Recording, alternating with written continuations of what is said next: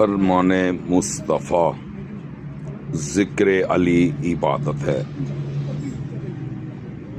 اور اس کی دلیل یہ ہے کہ ان پر ہی درود و سلام پڑھا جاتا ہے۔ یہ ہے فرمان مصطفیٰ، انہی پر درود و سلام پڑھا جاتا ہے، عبادت میں بھی انہی پہ درود و سلام پڑھا جاتا ہے۔ جنت کے مختار، جنت کے سردار یہی ہیں، مولا یہی ہیں، عورتوں کی سردار جناب محمد مصطفیٰ صلی اللہ علیہ وسلم کی بیٹی۔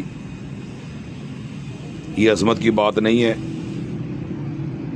وہ جتنے لوگ پیچھے انبیاء، رسول یا جتنے بھی لوگ آئے، وہ میرے اور آپ کے نبی سے بہتر نہیں، اعلیٰ نہیں، سب سے اولا و اعلیٰ ہمارا نبی۔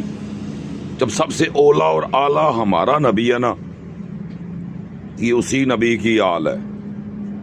اس لیے ذکر علی عبادت ہے۔ آپ کے گھر جانا ہے تو آپ کا ذکر کریں گے، آپ کے گھر تک پہنچ جائیں گے۔ اگر ادھر جانا ہے تو وہاں پہ بھی یہی عمل ہے جو آپ عبادت میں کرتے ہیں۔ عبادت کس کی کرتے ہیں؟ اللہ کی۔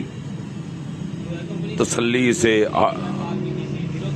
قاعدے میں بیٹھ کر آپ نبی اور نبی کی آل پر درود اور سلام پڑھتے ہیں، بلکہ درود ابراہیمی، آپ سے جہاں سے اللہ نے اس نسب کو چلایا ہے، وہ درود ابراہیمی۔ تو ذکر علی عبادت اسی اعتبار سے ہے، یہ ساری اسی بات کی دلیلیں ہیں، یہ بھی فرمان مصطفیٰ ہے۔ تو ہم نے فرمان مصطفیٰ ماننا ہے۔ جب یہ ساری دلیلیں عبادت کے ساتھ جڑی ہوئی جو ہیں، ان سے بڑھ کر کوئی دلیل نہیں ہے، تو پھر ذکر علی عبادت ہے، اس کو مانے۔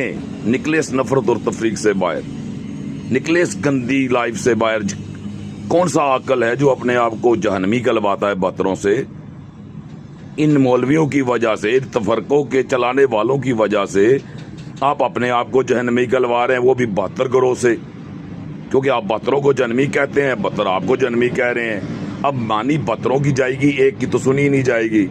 وہ ہر اعتبار سے ہر ایک کے خلاف 72 کھڑے ہیں، تو جنتی کون سا ہے؟ چھوڑے، آپ کون ہوتے ہیں اس زاویے میں، یہ سانچے میں ڈلنے والے؟ آپ ڈال سکتے ہیں؟ اللہ کے بنائے ہوئے نظام کے خلاف آپ چل سکتے ہیں؟